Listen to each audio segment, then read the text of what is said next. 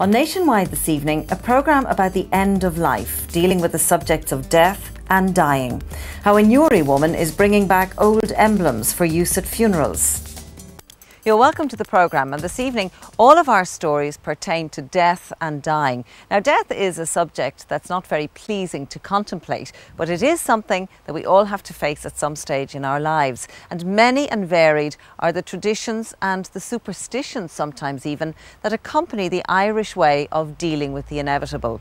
Black bands, for instance, worn on the upper sleeve to indicate that the mourning process is underway. Well, we have a story for you now about a Newry family of girls who are producing mourning symbols that are being introduced across the land.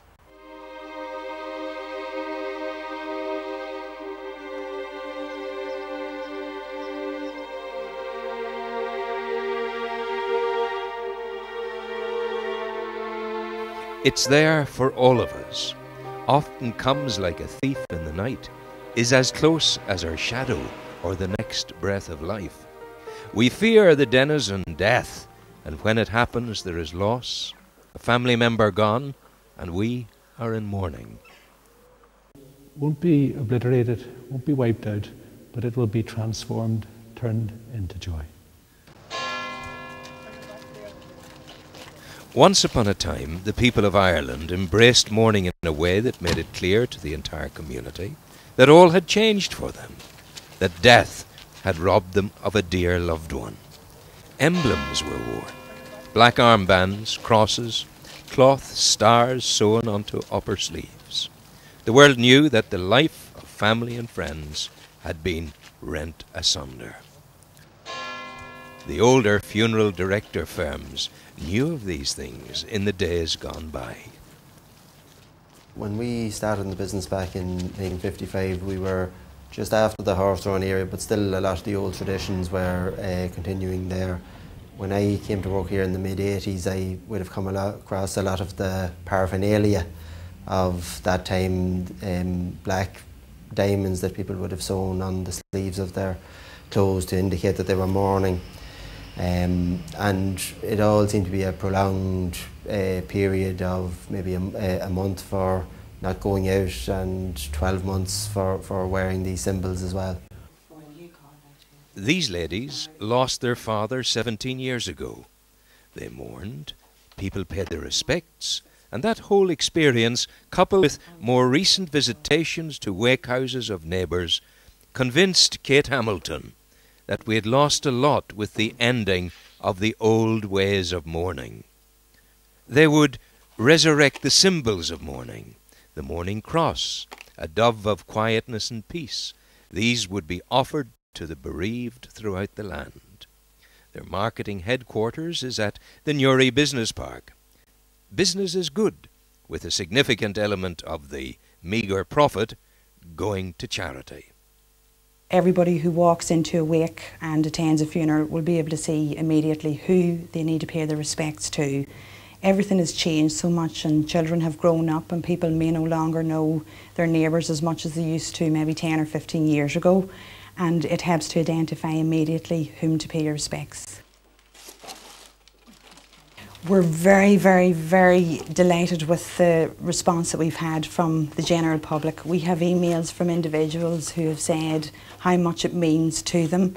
We have families, large families, who have maybe 14, 15 brothers and sisters and have asked for them outside the funeral directors.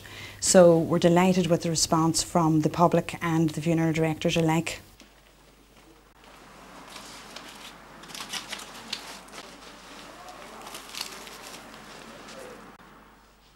Kate and her sister Joanne found that the funeral directors were interested in the product. It seems there was a need without people even knowing of it. But when the mourning symbols became available, another element of the funeral process fell neatly into place. It had been tried and tested in another age in Ireland's past, but now a new generation was finding solace in these old ways revisited. The Mourningcross is absolutely fantastic. There has been more people have said it to me about the Mourningcross, and just a week ago we were looking after family and I would naturally to come here and we'll go through a few details. And before I could get saying anything, the first thing they asked me was, Paul, what about the cross? Can we have the cross? And at that start of it, I was, the cross, says, the wee cross that you put on the lapel. And I says, well, that speaks for itself. So it is fantastic. It looks very well in the family. And a lot of people have come up to us and said about, Paul, it's great now that you're using the cross, the families are using the cross, we now know who to go to. We're not embarrassed that we're missing people at the wake and the funeral. And so, when the shades of night have come and the shadows lengthen in the cold embrace of death, some succour is taken from the familiar, the tradition of the statues and the beads, and now, from back through the ages, the mourning symbols of a pious people coming to terms with the loss of a loved one.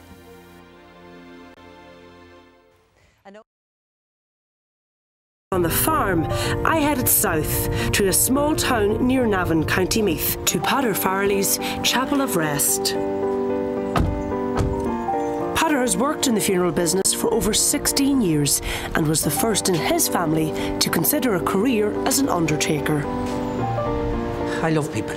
I like to be with people a lot, and I found that to be with them on good times and then to be able to be with them on sad times, I thought, yes, I would like to spend time with them and do what I could for them. While the industry may seem fairly recession-proof, Pater's has faced its own challenges. In the good times, people will come and pick the top range of the coffin. Unfortunately, I suppose, when somebody passes away, you mightn't have that ready cash at hand, so you have to go and look for that. Banks are gone so tight now that it's ridiculous. We have to wait. We have to wait months for our money to get paid. And by keeping staff numbers low and reducing the costs of funerals, Pater has actually been able to expand his business and open his very own Chapel of Rest. He wants the next government to learn one lesson. And at times at funerals, everybody works together, and that's what we want from the next government. The people want the next government to work together. We want the next government. We want everybody to work together to make it a good Ireland again, a good, happy place to live and be there for each other.